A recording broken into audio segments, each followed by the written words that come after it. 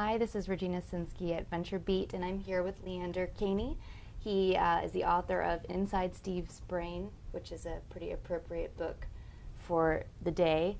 And he's also the editor and publisher of cultofmac.com. And thanks for joining us today. Sure, you're welcome. You're having a busy week. Yeah, it's mad.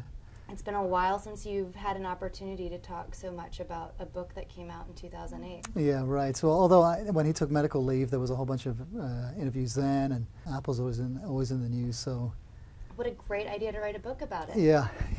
And we were talking earlier about Inside Steve's Brain is the name of this book, but you were dabbling with Steve's Little White Book. Chairman Steve's Little White Book, that was the original pitch, but the publisher's lawyers wouldn't let us use that.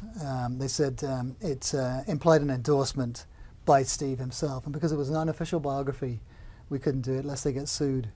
In fact, they wanted to get sued. I had to take out $1 million libel insurance policy with a $50,000 deductible paid by me, and that was their marketing plan. They were hoping that Steve would sue to keep the book pulled off shelves like he has done with every other biography. They would get in headlines and the book would sell millions of copies. And unfortunately, this is the only book that he hasn't sued about.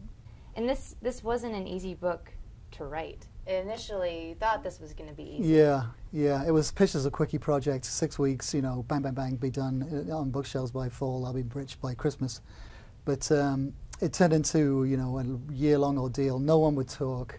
I approached 100, 150 different people, ex-Apple staffers, people that had worked with him. No one would. They don't want to say anything because he has a lot of power in Silicon Valley. He can get people fired at any company, anywhere, and they've all been sworn to secrecy. There's no upside at all to talk to a reporter about Steve, and he considers it a form of really personal betrayal to talk about him. So it was really like getting blood out of a stone.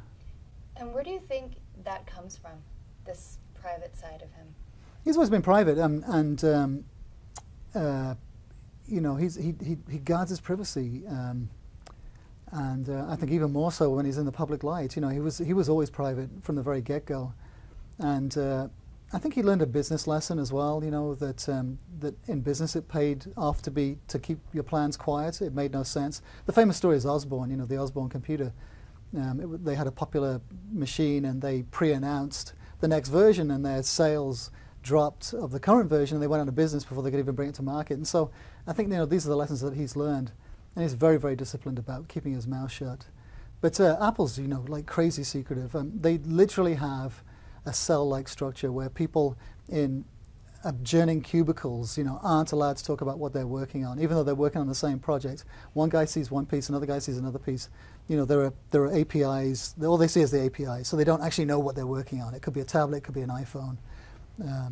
It's kind of odd, and then you ask people about this, and they're only too happy to be, because they believe in the mission, and they think that the good that Apple's doing, that they have a higher calling, that Apple really is a force for good, and that their part of it is to keep their mouth shut about what they do. So when Steve Jobs puts out a resignation letter, I'm stepping down, that's him coming out of this privacy mode that he's always in. There wasn't a whole lot gleaned from this letter. There's still a lot of speculation. What do you think are some of the reasons behind him stepping down? It has to be with his health. His health has to be suffering, and mine and I think everyone else's initial reaction, because the resignation letter was so curt and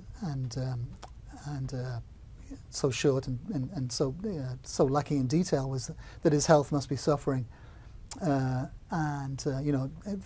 fear for the worst. But I think with the day's reflection, that he said that he didn't have the energy to give 100% to his job, and for years he has given, he's given 200% to his job. He gets up crazy early, and he goes to bed crazy late, and all he does is work. And it does actually make quite a lot of sense that he could, that I think the greatest product that he ever made is Apple itself, and I think he's probably confident enough now that this product is finished, or as finished as it's ever going to get, and it's time for him to step back. So, hopefully he'll be effective and in this chairman role, and will remain in it for some time to come.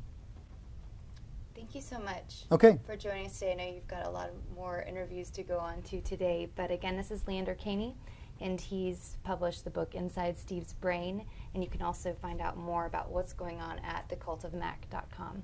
Thanks for joining us. You're welcome. Thanks.